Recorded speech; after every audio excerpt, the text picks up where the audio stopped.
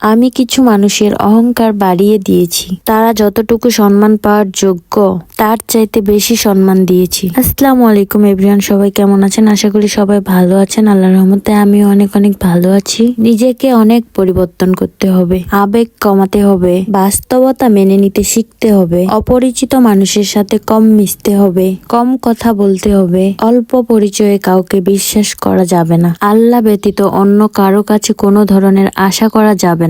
ইনশাল্লাহ জীবন সুন্দর হবে। সবাই সবকিছু পারে না। যারা ভাবে আমি সব পারি তারা আর যাই হোক পারার দলে পড়ে না। সবাই সহজ করে ভাবতে পারে না। যারা সহজ করে ভাবতে পারে তাদের জীবনটা আবার সহজ হয় না। সবাই অল্পতে খুশি হয় না। যারা অল্পতে খুশি হয় তাদের কপালে আবার গল্পটাও জুটে না। সবাই মন খুলে হাসতে পারে না। যারা মন খুলে হাসতে পারে না তাদের হাসিটা আবার অভিনয় ছাড়া কিছুই না। সবাই মনের প্রেমে পড়তে পারে না। যারা মনের প্রেমে পড়ে তাদের প্রেমগুলো আবার গুরুত্ব পায় না। সবাই টাকা পয়সা রূপ যৌবনকে অপেক্ষা করতে পারে না। যারা অপেক্ষা করতে পারে তাদেরকে আবার সঠিকভাবে কেউ মূল্যায়ন করতে পারে না। মানব জীবন বড্ড অদ্ভুত। যার আশা যত কম তার পাটাও ততই কম। আমরা যে যেমন ধারার তার কপালে তার বিপরীত ধারার মানুষটাই জুটে। এমনি করেই পাওয়া না পাওয়ার নানান হিসাব। কষ্টে কষ্টে জীবনটা যায় কেটে। সবাই সবকিছু পারে না। ইচ্ছে করে কখনো কেউ নিজেকে একলা করে নেয় না। চেনা মানুষগুলো রোজ একটু একটু করে অচেনা হতে থাকে। তখন আর নিজেকে একলা করে নেওয়া ছাড়া উপায় থাকে না। ইচ্ছে করে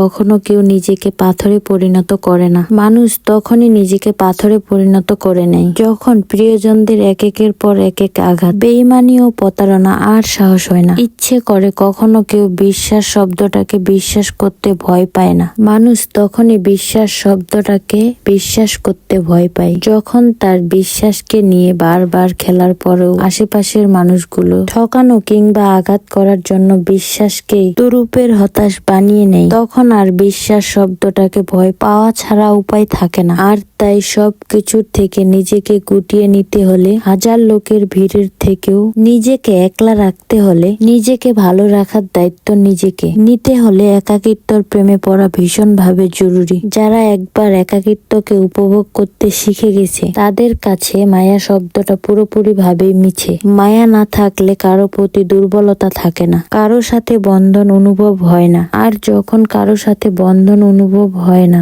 দুর্বলতা থাকে না, তখন একা থাকাটা সহজ ও সুন্দর হয়ে ওঠে। ইচ্ছে করে কখনো কেউ নিজেকে একলা করে নেয় না। আত্মসম্মান ছাড়া মানুষের হারানোর আর কোনো কিছুর ভয় থাকে না। জীবন থেকে যা কিছু হারায় তা সময়ে শত্রু ঘুরে গেলেই মানিয়ে নেওয়া যায়, কিন্তু আত্মসম্মান সেটা হারালে মানিয়ে নেওয়া যায় না। আমি প্রচন্ড আবেগী আবার প্রচন্ড বাস্তববাদী। আমি সবকিছু বাস্তব রূপে চিন্তা করি, আর চিন্তা করতে গিয়ে আমার ফলাফলটা একদম শূন্য হয়ে যায়। সবাই ভুল ধরতেই ব্যস্ত, কেউ শুধরে দিতে নয়। আপন মানুষগুলো স্বার্থের বেলায় দেখবেন পর হয়ে যায়। মলমের আশায় যাকে ক্ষত স্থান দেখাবেন সে শুধু খুঁচিয়ে ঘাই করবে, মলম দিবে না। তাই কাউকে দুঃখের কথা বলে ইতিহাস তৈরি করাটা আর যাই হোক মোটেও যুক্তিযুক্ত না। আপন ভেবে যাদের কাছে আমরা হালকা হতে যাই তারাই কিন্তু জীবনটা পুড়িয়ে অবশিষ্ট রেখে ছাই করে দিবে। স্বার্থের বেলায় আপন মানুষগুলো পর হয়ে যায়। এই হচ্ছে আমাদের পৃথিবীর মানুষের রীতিনীতি। স্বার্থ ছাড়া বন্ধু বান্ধব কাউকেও আপনি পাশে পাবেন না।